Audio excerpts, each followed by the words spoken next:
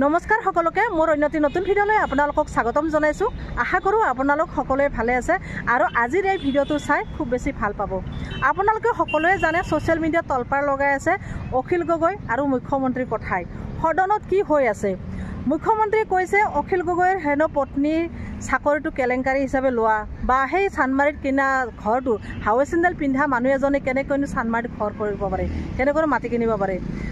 আমি দেখিব পাৰিছোঁ কেইদিনমান আগত গৌৰৱ গগৈৰ পত্নীৰ পিছত লাগিছিল আমাৰ মুখ্যমন্ত্ৰী মহোদয়। সেইটো বাৰু শেষ হ'ল, এতিয়া আহিছে আকৌ অখিল গগৈৰ পত্নীৰ পিছত। কিয় এনেকুৱা হৈ আছে বাৰু?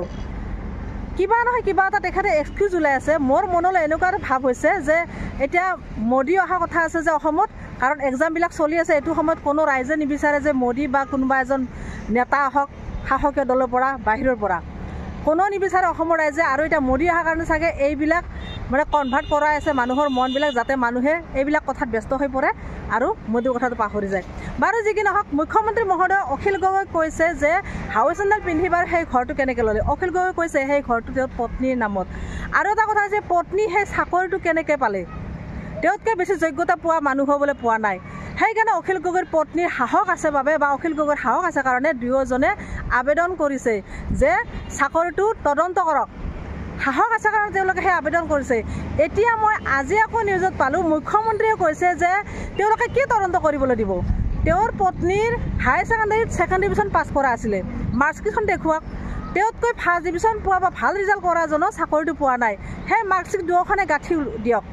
আচ্ছা, এটা কথা কওঁ মুখ্যমন্ত্ৰী মহোদয়, মোৰ মনলৈ অহা কথাটোহে কৈছোঁ। আমি সাধাৰণ ৰাইজ অলপ হ'লেও কিছুমান কথা বুজি পাওঁ।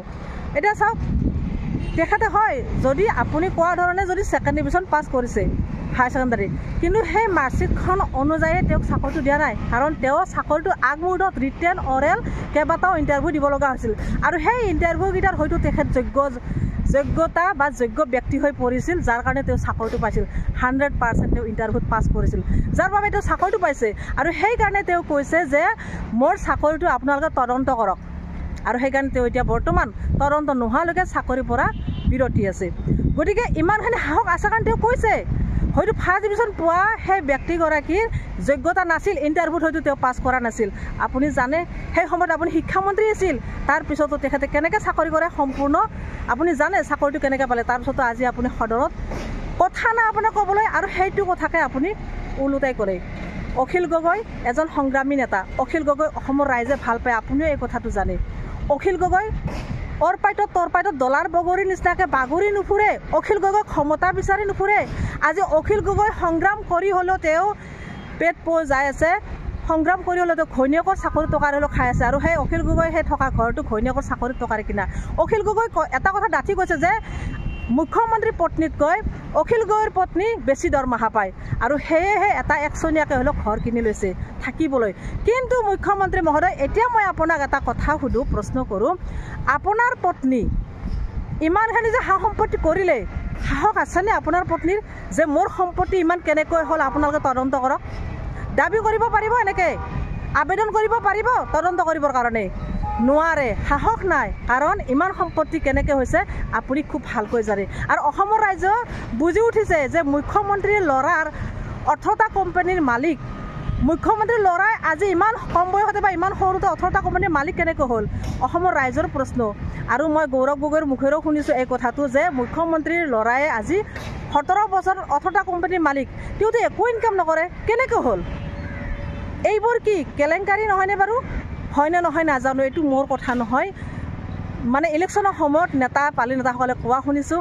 অসমৰ ৰাইজেও জানে যে ইমানকেইটা কোম্পানীৰ মালিক আজি আপোনাৰ ল'ৰা, আজি আপোনাৰ পত্নীৰ নামত ইমান সম্পত্তি, কেইটকা দৰমহা পায়। যদি অখিল গগৈৰ পত্নী আপোনাৰ পত্নীতকৈ বেছিকৈ দৰমহা পায়, এটা ঘৰ বনাই থাকোঁতে আপুনি এনেধৰণৰ প্ৰশ্ন কৰিছে, তেনেহ'লে আপোনাৰ পত্নী সেই দৰমহা লয়, ইমান সম্পত্তি কেনেকৈ কৰিলেহে মুখ্যমন্ত্ৰী মহোদয়? আৰু এটা কথা কওঁ মুখ্যমন্ত্ৰী মহোদয়, কি আপোনাৰ পত্নীহে ঘৰ মাটি সম্পত্তি কৰিব পাৰে আৰু আন মানুহে কোনেও ঘৰ বনাব নোৱাৰে নেকি?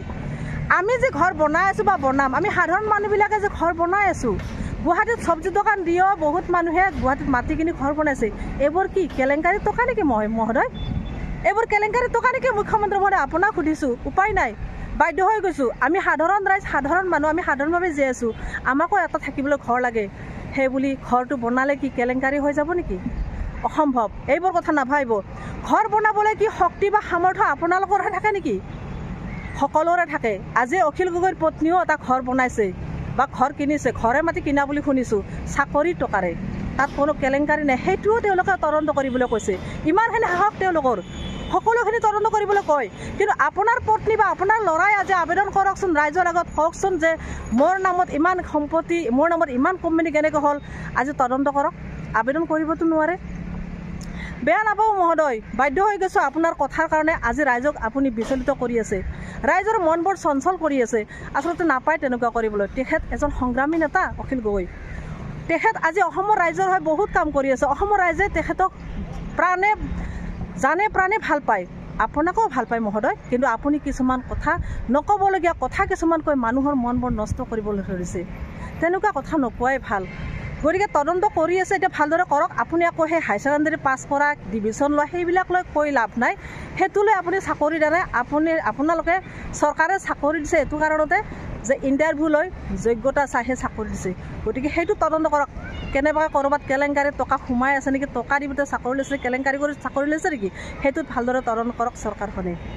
এইখিনি আছিল মোৰ ক'বলগীয়া। যদি কিবা ভুল হৈছে আপোনালোকে মাফ কৰি দিব। মোৰ মনলৈ অহা কথাখিনি কৈছোঁ, বা ৰাইজৰ মাজত যিবিলাক কথা খেলি আছে, যিবিলাক কথা আমি শুনি আছোঁ নিউজে পত্ৰই, সেইবিলাক লৈহে মই কথাটো কৈছোঁ। আজিলৈ সামৰিছোঁ।